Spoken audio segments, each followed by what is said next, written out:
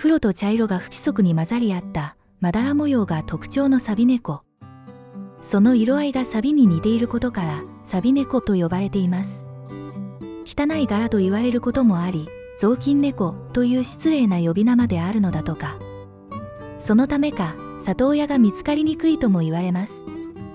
そんなサビ猫ですが、実は一度飼ってしまうと誰もがメロメロにはまってしまうというたくさんの魅力があるのです。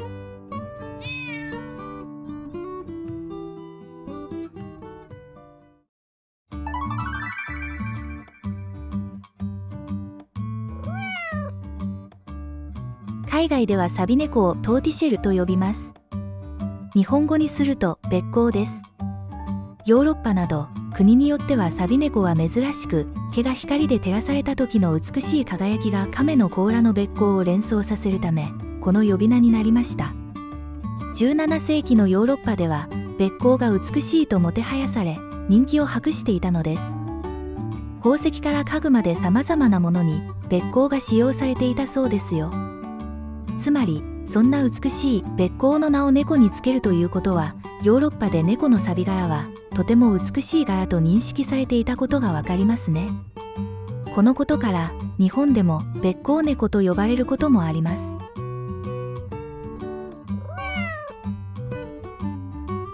サビ猫は毛色に対しての呼び名で、猫の種類のことではありません。そして日本では基本的に雑種猫に多い柄になります。しかし欧米でも熱狂的なファンがいるため、サビ柄がいる血統猫も存在します。ブリティッシュショートヘア、アメリカンショートヘア、メインクーン、ペルシャ、スコティッシュフォールド、ラガマフィンなどがそうです。長毛種、短毛種の両方で見られますよ。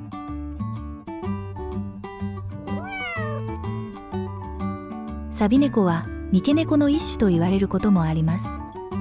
ただし三毛猫は黒、茶、白の3色の毛色を持つのに対して、サビ猫は黒と茶のみの2色です。そのためサビ猫は三毛猫と呼ばれることもあります。とはいえ実際にはサビ猫のように見えても目立たない程度に白い毛があることもありますので、三毛猫との境界は曖昧かもしれませんね。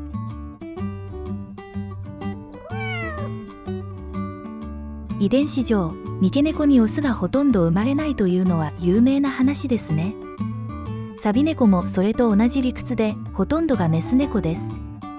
そのメカニズムについては他の動画でも説明していますが、実はオスの猫に黒と茶色の毛色が同時に現れる確率はとても低いのです。そのためサビ猫や三毛猫にはメスが多いのですね。オスが生まれる確率はなんと3万分の1と言われ、とても希少なのだとか。稀に染色体の異常による突然変異でオスが生まれることもありますが、ほとんどが生殖能力がないそうです。そして人間と同じように猫もオスは凛々しい顔立ちをしており、メスはクリッとした丸い目をしていると言われます。つまりほとんどがメスであるサビ猫は愛嬌のある可愛い顔をしていることが多いようです。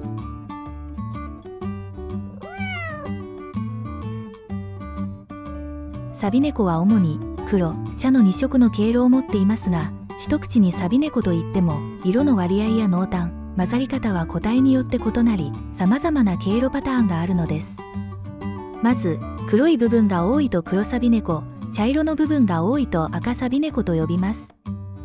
ちなみにここで言う茶色とは専門的には赤と言われ、オレンジ色に近い茶トラの茶色のことですね。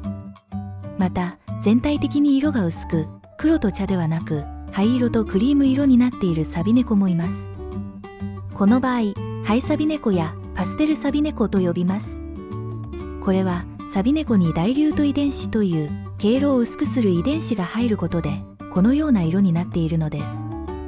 また縞模様が多いと縞サビという呼び方もあります。キジトラ柄と茶トラ柄が混ざった模様をしている麦わら猫と間違えそうになりますが、耳の縁に黒などの色がついているのがサビ猫の特徴です。耳の縁が白っぽければ麦わら猫になります。ややこしいですね。そして時にはブレイズと言われる顔のセンターで黒と茶が分かれることもあります。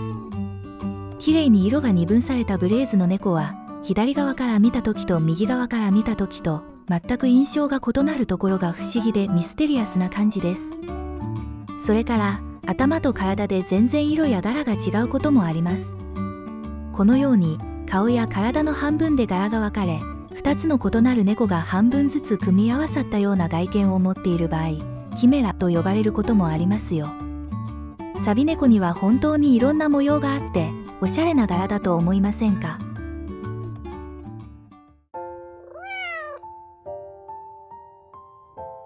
猫の性格は個体差や育った環境によって変わることもあるため、一概には言えませんが、サビ猫の性格にはある傾向が見られると言われます。それは、多くの毛色の猫の中でもサビ猫は、飼い主の表情や行動などを観察し空気を読み、ナンバーワンに賢いということです。何より他の猫と違うのが、奥ゆかしさを持ち合わせているということでしょう。サビ猫はほとんどがメス猫ですので、そもそも母性本能が強く愛情豊かで、メスっぽい性格ではあるのですが、サビ猫と同じく、メスが多い三毛猫と比べても、温和で優しい傾向にあります。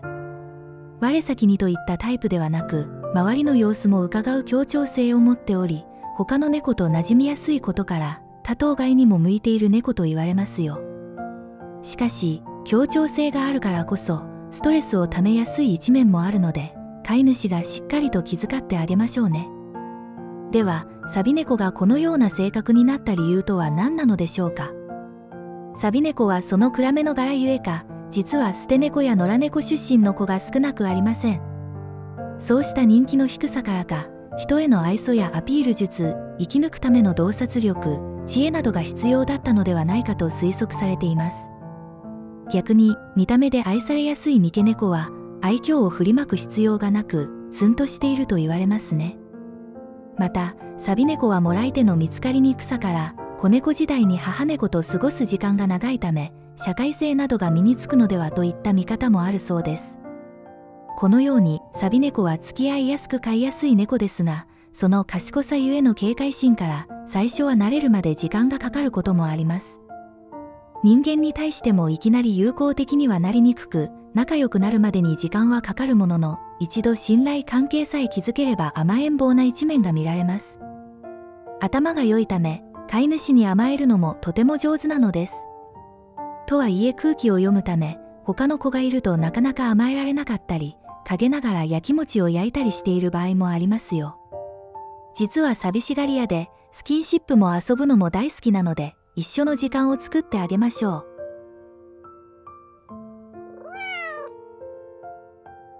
月末の31日は3と1でサビなので、サビ猫の日と言われています。この日は SNS などでもお祝いの投稿が目立ちますよ。サビ猫を飼っている方や好きな方ならご存知かもしれませんね。中には3月1日をサビ猫の日としている方もいるようですが、どちらも3と1のつく日なので、知らなかった方も次の31日の日には、ぜひお祝いしてみましょう。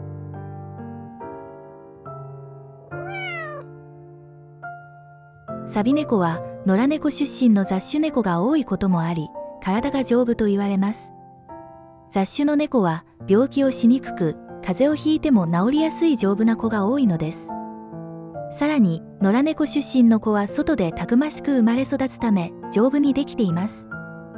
ちなみにギネスに登録されている現存する最も長寿な猫は、イギリスに住むサビ猫のフロッシーで、現在27歳だそうです。そして、まだギネスには登録されていませんが、さらに年上の現在32歳のロージーという猫もイギリスにいるそうで、その猫もまたサビ猫です。サビ猫には時代を超えた様々な伝説が世界中にあります。まずはアジアから紹介しましょう。カンボジアのアジア最古の民族と言われるクメール族は、サビ猫がハスの花から生まれた古代の女神の子孫と信じていて、とても美しい猫と慕っているそうです。その他のアジア地域でも、サビ猫は幽霊から船を守る能力を持つと考えられ、サビ猫を船に乗せると、海でサマ幽霊から守られると信じられていたとか。また、ヨーロッパに移ると、イギリスではサビ猫の尻尾をこすることでイボを取ることができるとされているそうですよ。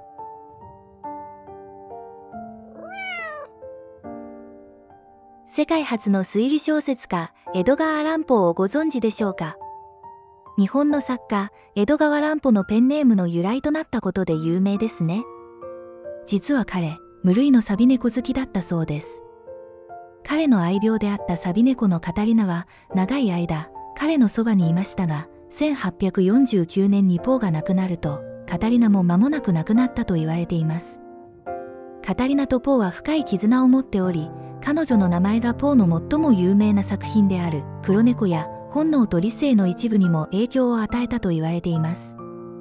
現在でも彼の地元にあるポー博物館において、カタリナの名前を冠した子猫が引き続き暮らしており、その名前はカタリナ2世です。カタリナ2世は、兄弟たちエドガーとプルートと共に暮らしており、ポー博物館を訪れる人々に、ポーとの絆を思い出させています。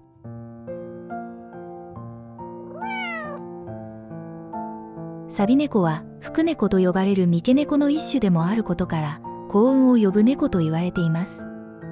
それぞれの毛色には意味があり、黒は厄除け、茶は繁栄といった幸運のシンボルとなっているそうです。そして、希少度の高いサビ猫のオスは、さらに幸運な存在とされているようですよ。また、サビ猫の性格から、人の心を読んでしまう透視能力があるという説もあり、心が沈んでいる時や体が弱っている時に、サビ猫が寄り添ってくれたという飼い主さんの声もよく聞かれます。そのような理由からかどうかはわかりませんが、アイルランドやスコットランドでも、サビ猫は幸運をもたらす猫として愛されているそうです。サビ猫は一見、暗くて地味な印象を持つかもしれませんが、とても優しく協調性があり、また賢く空気を読むことができるため、飼いやすい猫の代表と言われることもあります。そんな素敵なサビ猫に高評価をお願いします。